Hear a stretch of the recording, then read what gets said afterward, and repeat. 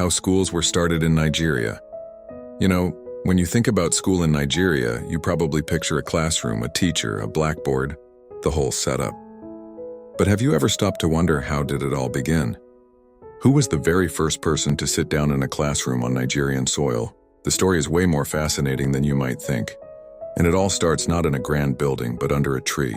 The year is 1842. The place? A small coastal town called Badagry. Now, Badagry at this time was a major port, but it was infamous for something dark: the transatlantic slave trade. It was a place of immense pain and suffering, known as the point of no return. But it was also here, amidst this darkness, that a flicker of a very different kind of light was about to be ignited. Enter the missionaries. A group of Wesleyan Methodist missionaries, led by a man named Thomas Birch Freeman, arrived in Badagry.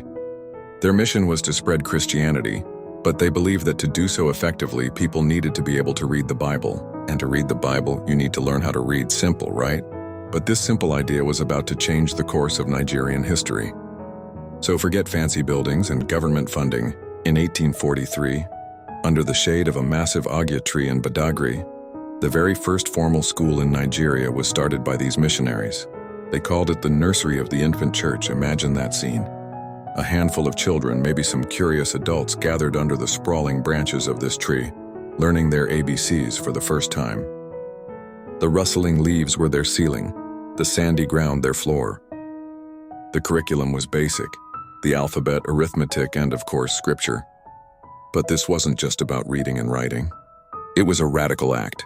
For a community ravaged by the slave trade, where people were treated as commodities, this act of education was a powerful declaration that every mind was valuable, capable of learning, and deserving of knowledge. It was a seed of empowerment planted in the very soil that had witnessed so much despair.